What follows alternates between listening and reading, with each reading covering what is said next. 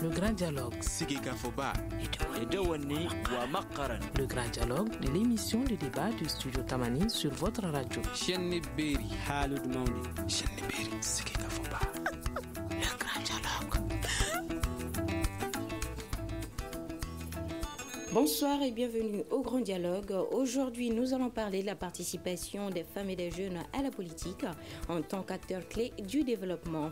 Quel impact cela pourrait-il avoir sur la gouvernance? Leur implication peut-elle améliorer la livraison des services sociaux de base tels que la santé, l'éducation, l'eau, l'hygiène et l'assainissement? Ne serait-ce pas un meilleur moyen d'améliorer la prise en charge des besoins spécifiques de ces couches? Pour répondre à ces questions, nos invités sur ce plateau sont Madame Boiré Bintoufouné Samaké, présidente de Wildaf Mali, Dr Badié Ima, directeur exécutif de NDI. Je suis Fatmata Togola. Le grand dialogue. Au Mali, les femmes et les jeunes s'intéressent-ils à la politique? Nous allons commencer avec vous, Madame Boiré. Que pensez-vous de cela? Merci beaucoup à Studio Tamani de nous faire l'honneur de pouvoir nous exprimer sur ce sujet. Je dirais que les femmes et les jeunes s'intéressent à la politique parce que comment ils s'intéressent, ça c'est une autre question, mais quand même, ils sont présents sur la scène politique. Ils animent la scène politique et ils sont mobilisés par les politiques aussi. Donc, je dirais que les femmes et les jeunes s'intéressent à la politique au Mali. D'accord. Et vous, Monsieur Ima? D'abord, bonne fête à toutes les femmes maliennes et à tous les hommes et à la société malienne dans son entièreté pour tout ce qui se fait et va se faire aujourd'hui en l'honneur à la femme. Je pense que c'est important.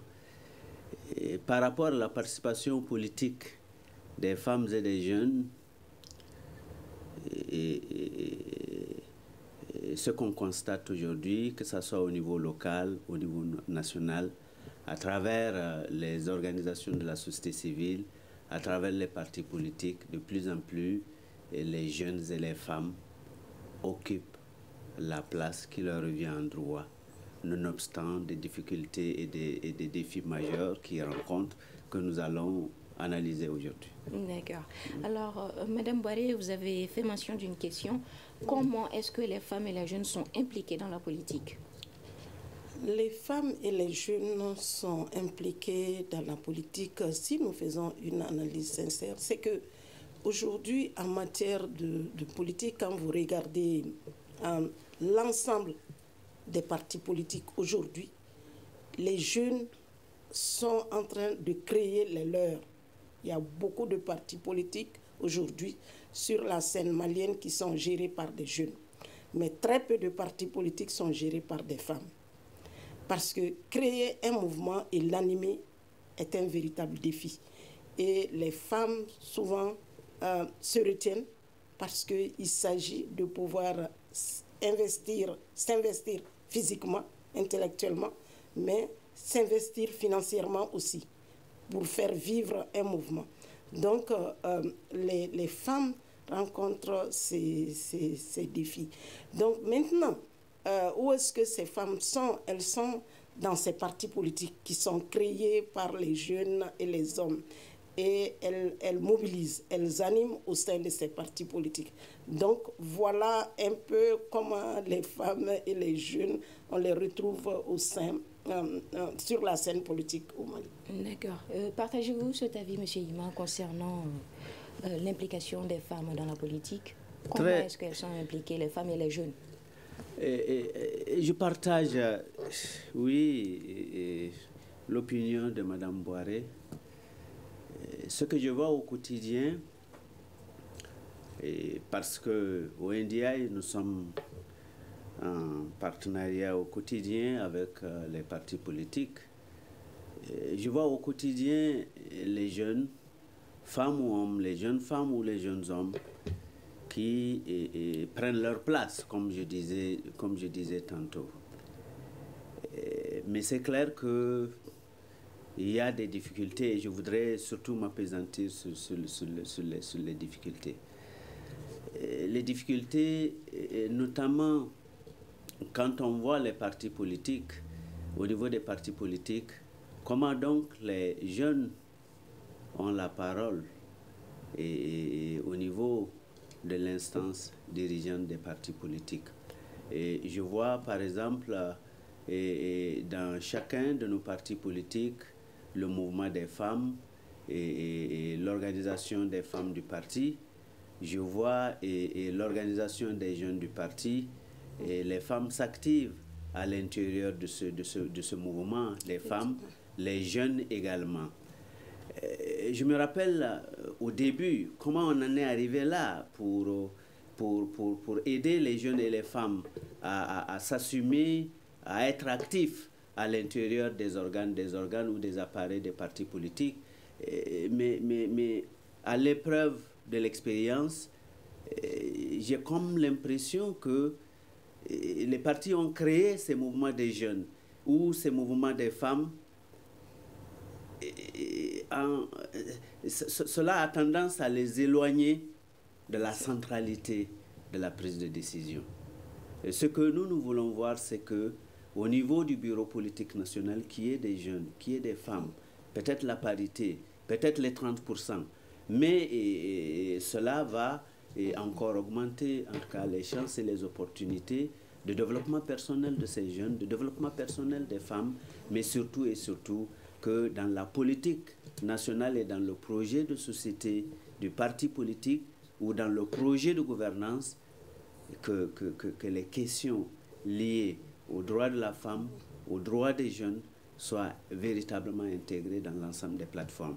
Parce que tant que le jeune il est loin de l'espace de prise de décision, tant que la femme elle est loin de l'espace de prise de décision, il y a de fortes chances que les préoccupations de la grande masse et de la majorité de la grande masse des femmes ou des jeunes ne soient pas véritablement prises en compte. Et je pense que c'est un souci, c'est une préoccupation que les acteurs politiques doivent essayer de régler. D'accord. Alors, Madame Boiré, vous avez parlé des défis au sein de ces scènes politiques-là. Mais selon vous, est-ce que les femmes et les jeunes sont conscients de ces défis-là dans ce domaine? Oui, les jeunes et les femmes sont conscients de ces défis. Mais pour les relever, c'est là où se trouve toute la question. Parce que, comme je vous l'ai dit, je dis qu'au Mali, généralement, les femmes adhèrent à des partis politiques, non pas parce qu'elles se sont appropriées la vision et la mission de ces partis politiques, mais par, je dirais le plus souvent par suivisme, si je peux m'exprimer ainsi, parce qu'un tel m'a sollicité ou bien un tel fait partie de ce groupement, etc. Donc, j'y adhère. Et souvent, elle ne maîtrise pas beaucoup l'essentiel de ce qui se passe dans ces partis politiques. Donc, c'est pour dire qu'il y a plus de suivisme que de conviction à aller vers un projet de société et pouvoir vraiment s'investir pour réaliser ce projet. Et les jeunes aussi, dans ces partis politiques aujourd'hui, le constat est que les jeunes se sont investis dans ces partis politiques parce que nous sommes confrontés à une conjoncture sociale très difficile aujourd'hui. Et il y a le chômage des jeunes diplômés. Donc, l'investissement de l'arène politique pour les jeunes est comme une opportunité pour se faire valoir, ça c'est d'un, mais aussi pour ne pas rester à ne rien faire. Et ce qui fait qu'on trouve beaucoup de jeunes qui n'ont pas cette conviction de pouvoir animer réellement ces partis politiques, défendre le projet de société, mais de se faire une place. De se faire une place parce qu'aujourd'hui, la donne a changé. Qu'est-ce que nous constatons? C'est que quand vous militez, vous vous faites voir dans un parti politique, vous vous faites remarquer dans un parti politique, et lorsque le parti parvient à avoir vraiment une position stratégique au sein du gouvernement, vous êtes valorisé. Et les jeunes souvent trouvent que c'est le chemin le plus court pour se faire valoir et pour pouvoir accéder à un mieux-être. D'accord. Alors, Monsieur Ima, Madame Boiré nous parle de suivisme que de conviction. Quelle est votre analyse par rapport à cela? Je suis un observateur au quotidien de l'espace politique et social malien.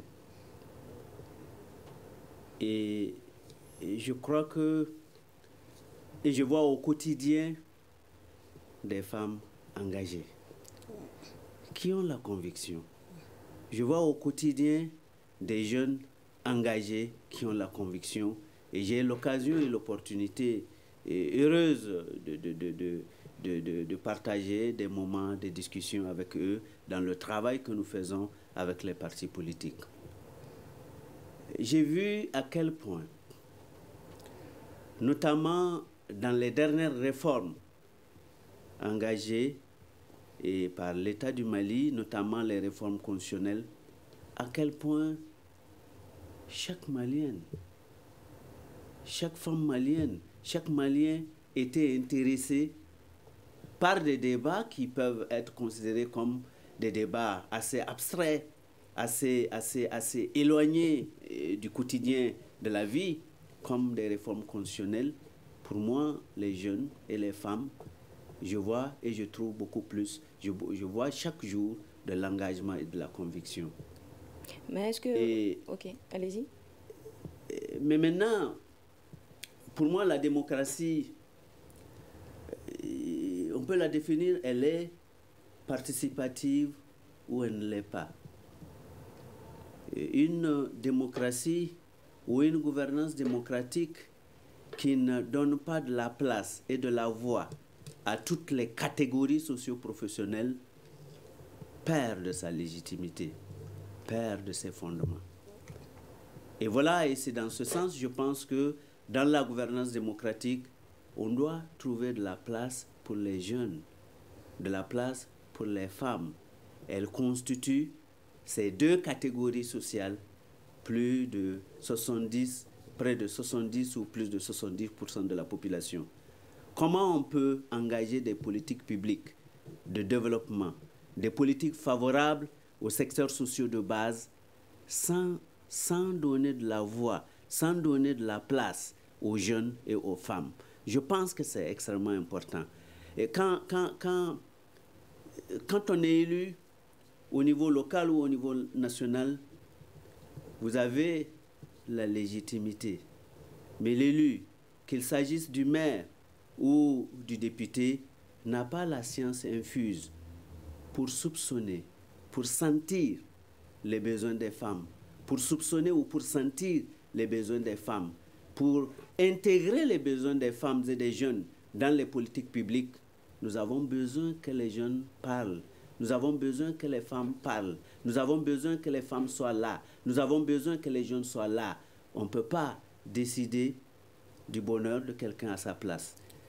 Et je pense que de manière irréversible, le Mali, lentement mais sûrement, est en train de s'orienter vers cette voie. Et le fait que je vois chaque question politique, chaque question sociale, chaque Malien aujourd'hui se sente sans que c'est une question personnelle. Je pense qu'il y a du progrès en profondeur qui est en train de se construire de ce point de vue-là. Je suis résolument optimiste et à court, à moyen, à long terme sur cette question-là. D'accord. Mais selon vous, quel est le taux de pourcentage des femmes et des jeunes engagés dans la politique au Mali? Je pense que le taux, quand on voit par exemple l'élection présidentielle, le taux de participation au vote des femmes était très très élevé. Mais participer au vote ne suffit pas. Il faut qu'elles occupent les places. Et j'espère et je crois, avec en tout cas le consensus que les Maliens ont trouvé tout autour de la loi des 30%, les prochaines élections, on va avoir des avancées assez significatives. Et à partir des élections à venir. Et voilà pourquoi il faut que les jeunes et les femmes se mobilisent dès cet instant, à ce moment précis, avec cette loi, de manière irréversible, il va y avoir beaucoup de femmes à l'Assemblée, il va y avoir beaucoup de femmes dans les conseils communaux. Déjà, les dernières élections ont marqué une évolution assez significative, mais je pense que ça va, on va avoir un grand boom à l'occasion des élections de 2018. D'accord. Et vous, Mme Boiré, avez-vous une idée du taux de pourcentage des femmes et des jeunes engagés? Je n'ai pas un pourcentage des jeunes et des femmes engagées, mais je dirais que c'est très peu. Très peu en ce sens que quand vous regardez le paysage politique, les partis politiques qui mobilisent les jeunes et les femmes, rares sont les partis politiques qui s'engagent dans la formation de leurs militants. Et aujourd'hui, quand vous demandez à un parti politique, on en a plus de 200 au Mali, quand vous demandez à un parti politique le nombre de vos militants, on ne le sait pas. Et un parti politique doit pouvoir former ces jeunes, ces cadres, doit pouvoir aussi faire en sorte que ces militants soient engagés. Vous n'entendrez pas de renforcement de capacité ou de vulgarisation du projet de société d'un parti politique que quand nous sommes à la veille des élections. Et quand vous êtes dans un parti politique, pour moi, c'est un engagement de tous les jours. Et pour pouvoir vraiment faire en sorte que que le parti politique puisse porter ses idéaux et avoir l'adhésion des populations pour lesquelles nous sommes en train de nous battre. Et aujourd'hui, quand vous regardez ce paysage politique, vous allez voir qu'il est très difficile en République du Mali aujourd'hui de pouvoir porter un objectif commun dans un parti politique et l'atteindre. Je m'exprime. Le chef de l'État actuellement s'était donné comme objectif de pouvoir faire adopter une loi sur la promotion du genre. Et cette loi sur la promotion du genre a rencontré de très grosses difficultés qui ne s'expliquaient même pas. Et depuis que l'Assemblée du Mali a été créée, c'est la première fois où une loi a été adoptée à bulletin secret. Ça veut dire quoi? Ça veut dire que les députés qui étaient là ne voulaient pas qu'on sache qui a voté pour ou contre cette loi.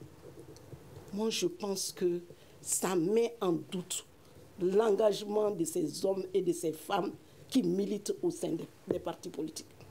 Parce que quand mon parti politique me dit, c'est ça notre option, nous voulons qu'il y ait une loi sur la promotion du genre, moi je soutiens parce que c'est un engagement de mon parti politique. Et si c'est un engagement de mon parti politique, je ne dois pas me cacher pour pouvoir voter cette loi. Donc je pense que c'est un manque de conviction, un manque d'engagement. Et là aussi, les jeunes et les femmes qui animent ces partis politiques, rares sont ces femmes et ces jeunes qui font des propositions et qui mobilisent pour que ces propositions puissent aboutir. Donc ça veut dire que quelque part, il y a cette insuffisance non seulement d'éducation à la vie du parti politique, mais aussi il y a cette insuffisance des leaders de ces partis politiques à pouvoir faire adhérer et mobiliser leurs membres dans le projet de société qu'ils proposent. Bon, comme il a dit la réforme constitutionnelle. La réforme constitutionnelle a mobilisé des jeunes. C'est vrai, ça a mobilisé des jeunes, mais ça concernait tout le monde, ça concernait des jeunes et des femmes, ça a mobilisé. Mais on était arrivé à un moment où on se demandait où est-ce qu'on allait. Parce qu'il y avait des jeunes et des femmes qui se sont mobilisés aussi pour dire « nous voulons que ce projet passe ». C'était arrivé. Et on se demandait, nous qui sommes de la société civile, on se demandait où est-ce qu'on est en train d'aller. Et heureusement que jusqu'à présent au Mali, nous avons des structures traditionnelles qui ont pu vraiment s'investir pour désamorcer cette bombe. Donc moi, je pense qu'aujourd'hui, l'heure est à la formation des militants, à leur encadrement et à l'appropriation par ces militants du projet de société qu'un parti politique veut défendre pour le bonheur des populations. Alors, M. Imaka, vous va répondre aux propos de Mme Boiré. Non, je ne suis pas là pour répondre à ma soeur et collègue Mme Boiré, mais beaucoup plus pour la compléter. Oui. Et pour moi, la démocratie est toujours et partout une gestation douloureuse. Et comme la femme qui enfante, et le bonheur, c'est quand le bébé est là. Le bonheur, nous avons aujourd'hui les 30%. Ce qui s'est passé comme contradiction ou comme dispute politique, pour moi, c'est derrière. Mais est-ce que vous pensez... L'essentiel, c'est que le gouvernement du Mali et le Parlement ont travaillé, bien évidemment, en relation avec l'ensemble des organisations de la société civile. Aujourd'hui, il y a une loi, il faut aller de l'avant. Mais est-ce que vous pensez que cette loi est réellement appliquée? Mais je pense que la loi, elle est récente. Et le vrai test, 2015. ce sera les élections de 2018. Le vrai test, ce sera les élections de 2018 et je n'ai aucun doute qu'elle sera pleinement appliquée. Pourquoi? Parce que les listes, c'est ça que dit le texte, les listes qui ne respecteront pas les 30% seront rejetées. Donc il n'y a même pas de doute là-dessus et donc il faut vraiment regarder vers le futur. Le futur, c'est quoi? Des hommes, des femmes, des femmes qui seront dans les espaces de prise de décision. Des femmes, des jeunes et des femmes qui seront au Parlement, qui seront dans les conseils communaux. Comment renforcer leur capacité pour que la femme élue communale marque et l'originalité de la gouvernance genre sensible. Parce qu'elle a une sensibilité sur les questions sociales, comment elle peut contribuer à améliorer les PDSEC, à améliorer l'offre des services sociaux de base au niveau local. Mais je dois dire et ajouter, l'engagement politique, ce n'est pas uniquement au sein des partis politiques. L'engagement politique, c'est aussi à travers la vie des organisations de la société civile, des organisations communautaires au niveau communautaire, au niveau rural, au niveau de la commune. Quand les jeunes s'organisent à travers des organisations formelles pour dialoguer avec le conseil communal, pour influencer le conseil communal, pour que le conseil communal prenne en compte les préoccupations des jeunes de la commune, je pense que en ce moment-là, nous allons avoir une gouvernance centrée sur les secteurs sociaux de base. Le NDI est en train d'expérimenter, c'est une expérience pilote assez extraordinaire dans les communes de Sio, Tosoni et Konyakari, où nous avons appuyé les jeunes de ces trois communes à avoir un cadre formel de dialogue et de discussion avec le maire, avec le conseiller communal, pour prendre en compte les préoccupations des jeunes, pour le cas des jeunes. Mais aussi, on a organisé aussi les jeunes femmes. Et là, depuis que nous avons commencé cette initiative, j'ai vu des maires ouverts. J'ai vu des conseillers communaux ouverts et qui ont compris que l'exercice de la gouvernance, c'est une communication permanente avec les jeunes, avec les femmes, avec les communautés, pour intégrer leurs préoccupations dans les PDSEC et dans les politiques publiques au niveau local. Et encore une fois de plus, la gouvernance, elle est locale ou elle ne l'est pas. Et parce qu'on parle de la démocratie, où est-ce que nous avons des indicateurs pour mesurer la qualité de la gouvernance au Mali, au Niger ou dans tous nos pays? C'est au niveau local où on peut évaluer la qualité ou la quantité des services sociaux de base qu'un conseil communal est capable, durant son mandat, d'offrir à ceux-là qui les ont élus. D'accord. Alors, Madame Boiré, selon vous, quel impact leur participation peut-il avoir sur la gouvernance d'un pays, surtout au Mali? C'est un impact positif. Positif en ce sens que aujourd'hui, au Mali, nous avons plus de jeunes. Quand les jeunes décident de s'investir, c'est pour pouvoir proposer des stratégies novatrices. Parce que quand vous regardez un peu le paysage politique au Mali, nous pouvons dire que les grands partis politiques, les têtes sont vieillissantes. Et souvent, il y a de ces changements qui se passent à travers le monde qu'il faut rapidement saisir des opportunités. Et ces jeunes ont ce réflexe. Parce que, comme certains souvent aiment à le dire, c'est des jeunes des réseaux sociaux et qui peuvent facilement communiquer avec le reste du monde et pouvoir s'investir. Mais ce qui bloque cette avancée des jeunes, c'est que souvent, ces jeunes manquent d'éducation politique. Badje a eu à le dire, l'exemple qu'ils sont en train de mener à Conakry, c'est qu'ils ont renforcé les capacités de ces jeunes. Et ces jeunes, quand ils ont été renforcés, se sont investis pour pouvoir vraiment aller avoir une gouvernance locale qui est positive. Et là, je pense que les jeunes ont surtout besoin de ce renforcement de capacités, de pouvoir comprendre les enjeux qui se posent à l'heure actuelle et de pouvoir s'investir pour relever, pour pouvoir saisir les opportunités qui s'offrent à eux.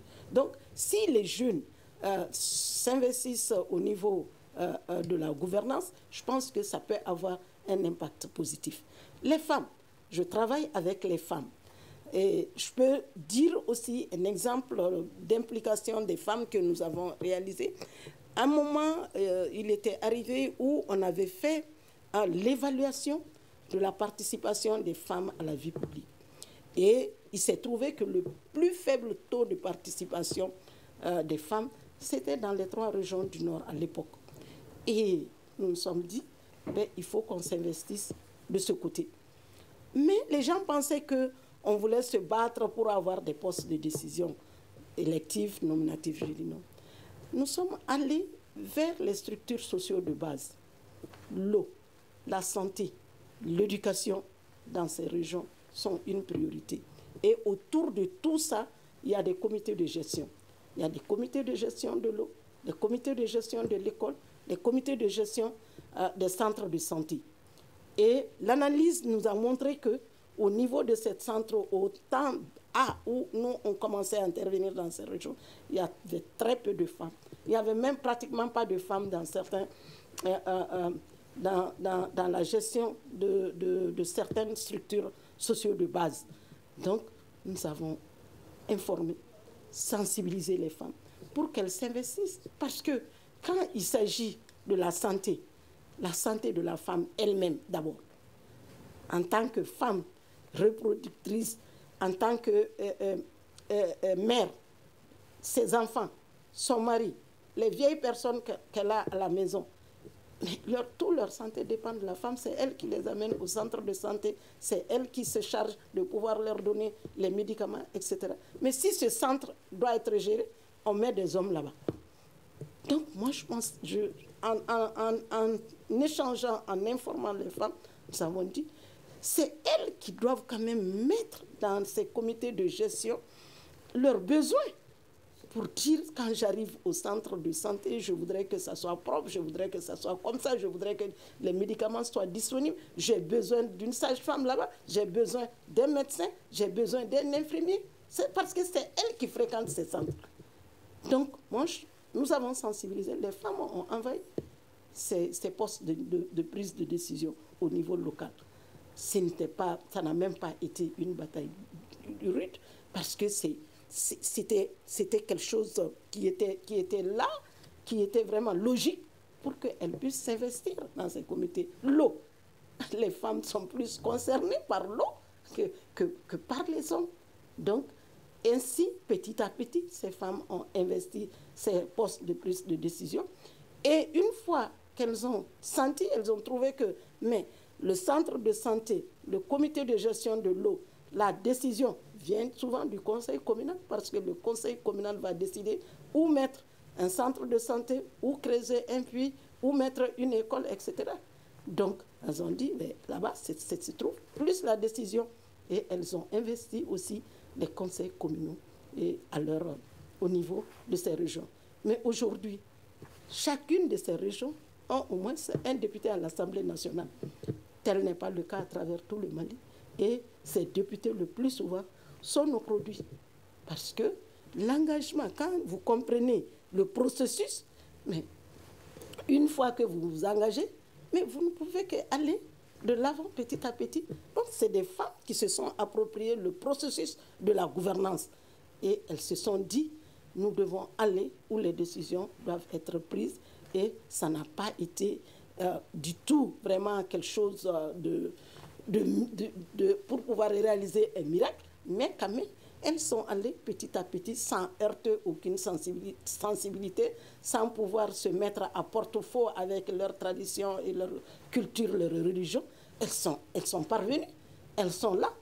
On a une députée de Tessalit qui est là à l'Assemblée nationale du Mali, c'est une femme. On a une députée de Tombouctou, c'est une femme qui est là. Quand les gens voient ça, ils sont très étonnés.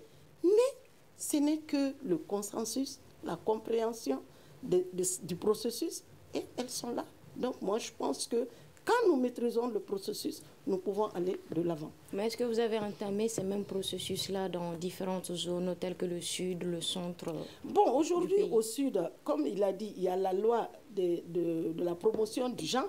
Cette loi, elle a été appliquée pendant les élections communales passées. Nous sommes passés de 12% à 22% aujourd'hui. Donc, je pense que nous avons fait un bond. Et je pense que petit à petit, mais quand même, moi, ma priorité, ce n'est pas avoir des femmes pour des femmes. C'est avoir des femmes renforcées, capables de pouvoir faire bouger les lignes. C'est ça. Les statistiques, là, souvent, c'est des statistiques, je ne dirais pas fausses, mais quand même, ça n'a pas d'impact.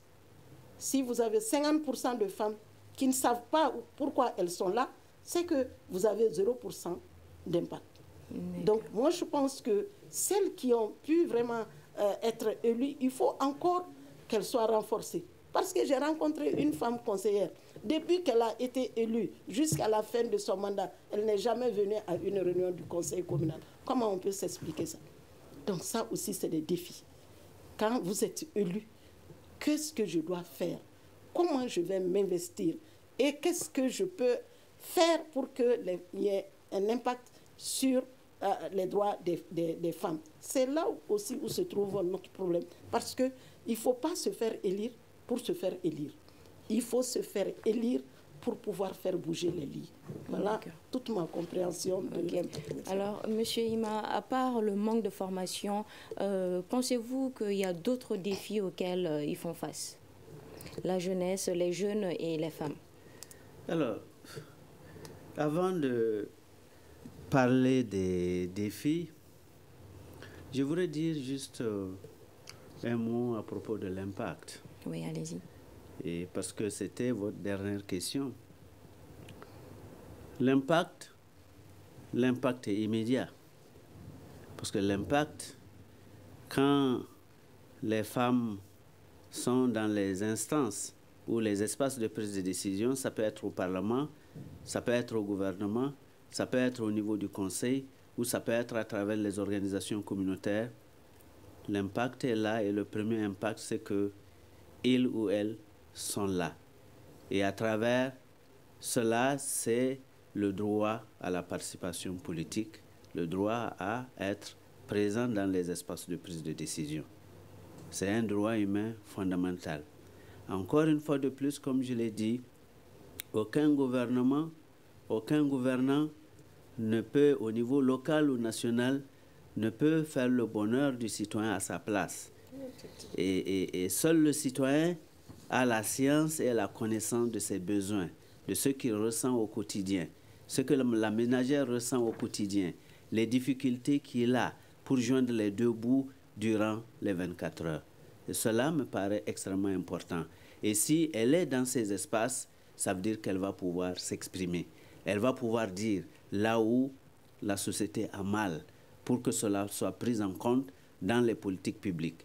Et du coup, le résultat, c'est une offre de gouvernance de qualité, centrée sur les besoins des hommes et des femmes et des jeunes. Maintenant, les difficultés sont de plusieurs ordres. Les difficultés sont de plusieurs ordres et elles ne sont pas du même ordre du niveau local au niveau national. Il faut discriminer.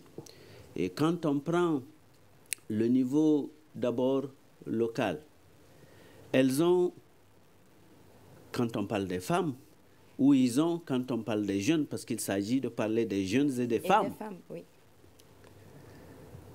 Besoin de voir leur capacité organisationnelle se renforcer. Parce que ce n'est pas individuellement que les femmes vont aller au niveau du conseil communal pour dire on a besoin d'un forage, on a besoin de plus de médicaments, on a besoin d'un centre médical. Il faut que les structures au niveau communautaire soient renforcées pour qu'elles aient la capacité de s'organiser, d'exprimer les besoins collectifs de la communauté et de les faire remonter au niveau de la commune. Parce qu'encore une fois de plus, nous ne sommes plus à Athènes avec la démocratie directe. Et nous avons besoin que les femmes s'organisent au niveau communautaire et à travers leurs représentants et dialoguent avec les conseils communaux pour pouvoir intégrer leurs préoccupations dans les PDSEC et donc dans les politiques publiques au niveau local. Et c'est à cela que le NDI s'est attelé dans ces 3 communes en essayant d'organiser et de renforcer les jeunes, d'organiser et de renforcer les femmes, et donc afin de créer de bons couloirs de communication avec les conseillers communaux. Et ça marche très très fort. Et à travers cette expérience pilote, ce sont des questions urgentes au niveau local, telles que l'assainissement, telles que la santé, telles que l'éducation. Ils et elles ont pu résorber plusieurs questions qui se posaient à ces communautés-là avant, en tout cas, le démarrage du projet. Et vraiment, chapeau donc aux communes de Sio, Konyakari. Pourquoi? Parce que, en tout cas, c'est un très bel exemple qu'il faudra qu'ils partagent avec l'ensemble des autres conseils communaux. Et au niveau toujours et du local et du national, la vraie question, c'est d'abord l'emploi. On l'oublie assez souvent. Parce que quand le jeune ou quand la femme n'a pas un emploi rémunéré, la préoccupation, c'est d'abord la lutte pour la subsistance au quotidien. Et comment s'impliquer ou s'engager dans la collectivité ou dans des initiatives collectives et communautaires si on n'est pas solide intérieurement d'abord avec une position professionnelle, avec un emploi qui vous permet en tout cas de résoudre vos besoins de base, vos besoins fondamentaux. Et voilà pourquoi au niveau des conseils communaux des PDSEC, je pense qu'ils doivent, dans la programmation, accorder du prix, en tout cas en termes de planification, comment au sein de la commune créer des opportunités d'emploi pour les jeunes. Alors, au niveau encore du niveau national, parce que, puisque le thème central, c'est les secteurs sociaux de base, la santé, l'éducation, on revient encore au budget de l'État, Comment est-ce que et quels sont les pourcentages du budget de l'État qui sont consacrés, qui sont affectés à la santé et vérifier le budget comment dirais-je, le pourcentage du secteur du ministère de la Santé, du ministère de la Promotion de la Femme, du ministère de la Jeunesse. C'est à partir de là qu'on peut apprécier, évaluer le volontarisme politique pour résoudre les questions qui se posent aux jeunes et aux femmes. L'autre question, oui, je pourrais ajouter aussi l'éducation. Quel est le taux du budget national consacré à l'éducation? C'est ce qui permet de donner aux jeunes, les jeunes hommes ou les jeunes femmes, une éducation de qualité, avec des compétences et des aptitudes pour s'insérer immédiatement dans le secteur professionnel. Et voilà un peu les défis qui se posent aujourd'hui et qu'il nous faut de toutes les manières, au niveau macro, au niveau national et au niveau local. Le local et le national, chacun a ses moyens et ses instruments pour résorber, en tout cas, l'ensemble de ces questions-là. Et je pense que ce ne sont pas des défis insurmontables. D'accord. Alors, Madame Boiré, qu'avez-vous ajouté comme défi au propos de Monsieur Ima?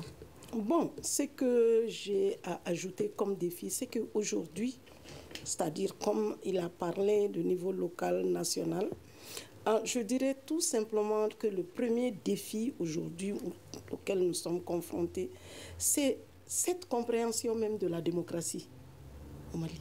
C'est un véritable défi pour nous. Parce que nous avons la masse, la majorité de la masse malienne pense que la démocratie, c'est faire tout ce qu'on peut. Ça, c'est un défi réel aujourd'hui, que ce soit au niveau local ou au niveau local. Parce que la démocratie est venue bouleverser notre tradition de gouvernance. Et ça a créé même un choc au sein de nos communautés. Donc, il faut aller vers cette éducation à la démocratie, que ce soit au niveau local. C'est vrai, les gens commencent à s'approprier petit à petit, mais jusqu'à présent, il y a de grosses lacunes en ce qui concerne cette compréhension. Et autre défi, c'est que la politique concernait uniquement les hommes. La femme politique est très mal vue dans nos communautés, dans nos sociétés. Donc, il faudra que nous puissions vraiment corriger l'image politique de la femme pour qu'on puisse comprendre qu'une femme politique, elle peut bien lier sa vie de femme politique, sa vie familiale et autres activités qu'elle mène. Mais une fois qu'une femme s'engage en politique, déjà, elle est mise au banc de la société et elle est traitée de tous les noms. Il y a aussi les questions de la relation homme-femme au sein de nos communautés. Vous savez, une femme au Mali est toujours dans un cadre. Dans un cadre, elle est toujours dans un cadre. Elle est chez son père, avant qu'elle ne se marie, elle est chez son mari. Et même si elle est veuve, vous attendez souvent, il faut vous marier même à votre petit-fils pour pouvoir prier au nom de ce dernier. Donc c'est pour dire, il faut qu'il y ait un homme qui puisse vraiment avoir de l'ascendance sur vous. Donc ça, c'est un véritable handicap. Et ces relations hommes-femmes, les freins se traduisent même dans nos textes. Quand on dit que la femme, le mari est le chef de famille, la femme doit obéissance à son mari, c'est des interprétations souvent qui prêtent à équivoque et qui sont souvent de véritables freins pour la participation politique de la femme. Et ensuite, il y a, il y a cette mauvaise interprétation aussi des questions de genre au Mali. Quand on dit genre au Mali, on voit uniquement la femme. Et aujourd'hui, le Mali a une politique nationale genre dont la mise en œuvre pose énormément de problèmes et de défis. Et donc ça, c'est des défis que j'ai pris comme ça au vol, mais il y a énormément de défis pour les femmes et les jeunes pour pouvoir mieux trouver leur voie en ce qui concerne la participation politique. D'accord. Oui, Madame Togola. Oui, juste en 30 secondes, malheureusement, le temps nous fait défaut. Voilà, oui. peut-être c'est la première ou l'unique fois au cours de notre débat que je ne suis pas du même avis que ma sœur Bintou. Non, la démocratie n'a rien bouleversé. Heureusement encore que nous avons la démocratie. Tout le diagnostic qu'elle vient de faire, tout le diagnostic des maux de la société qu'elle vient de faire tantôt, la démocratie les a trouvés. C'est le mode de fonctionnement et d'organisation de notre société traditionnelle. Heureusement encore que la démocratie est là, sinon notre continent et notre société auraient implosé.